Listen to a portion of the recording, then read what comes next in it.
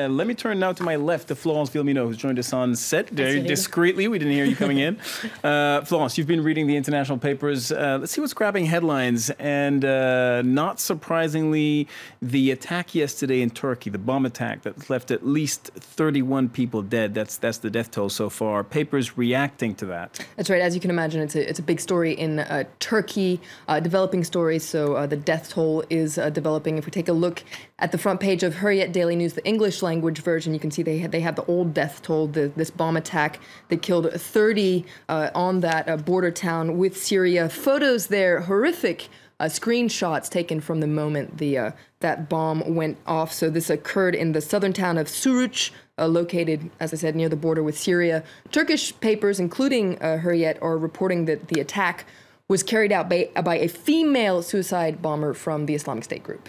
And Hurriyet interviewed an Islamic State group expert who says that the attack is a strategic move. So what's the strategy? Interesting strategy. You can read more about it in this article. Essentially, the strategy is, first of all, to punish Turkey for increasing its operations against the Islamic State group.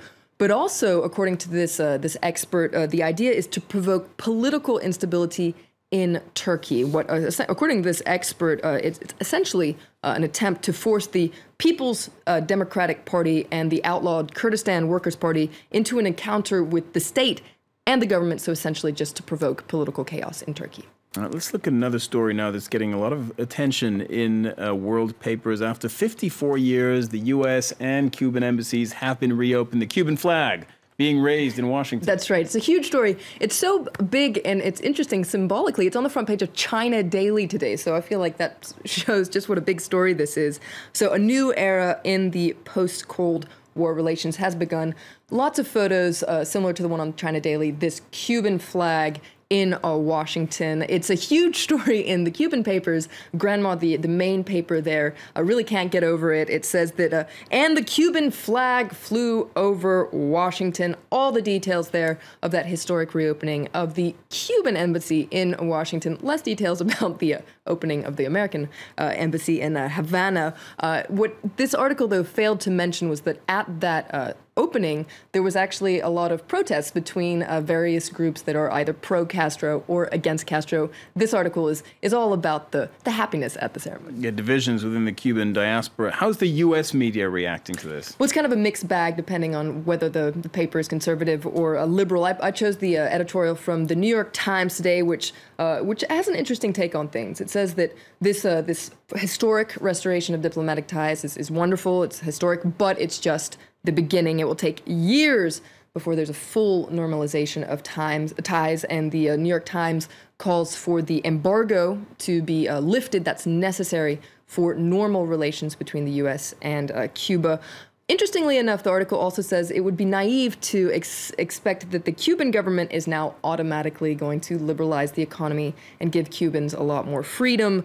In fact, the Cuban government might be tempted to tighten its control in the wake of these restored diplomatic ties. Change takes time. That's what the New York Times says today, but this is definitely a positive step. Tell us now about Donald Trump.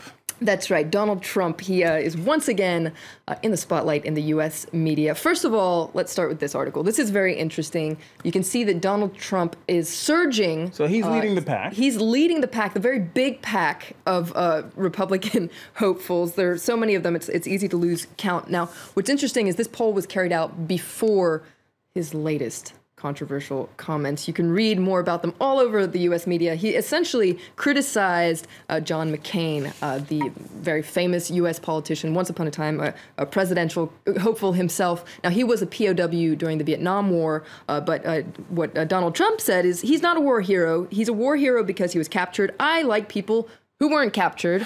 Let's take a look at a cartoon in the Washington Post, which mocks Trump today, essentially saying, you can see him here saying, I prefer those who don't get captured. Who's captured here? Well, it's actually the GOP, symbolized by an elephant, which is, of course, the symbol of the Republican Party. Now, it's interesting to note that a lot of Republicans are starting to get a little bit upset with Donald Trump. If we take a look at the editorial in the Wall Street Journal conservative paper, it really lashes out against Trump. The populist and his apologists, those who applaud him, are just hurting the cause and ruining the image of the party. Interestingly enough, a lot of papers are also saying that while John McCain was a POW, Donald Trump was partying in Manhattan.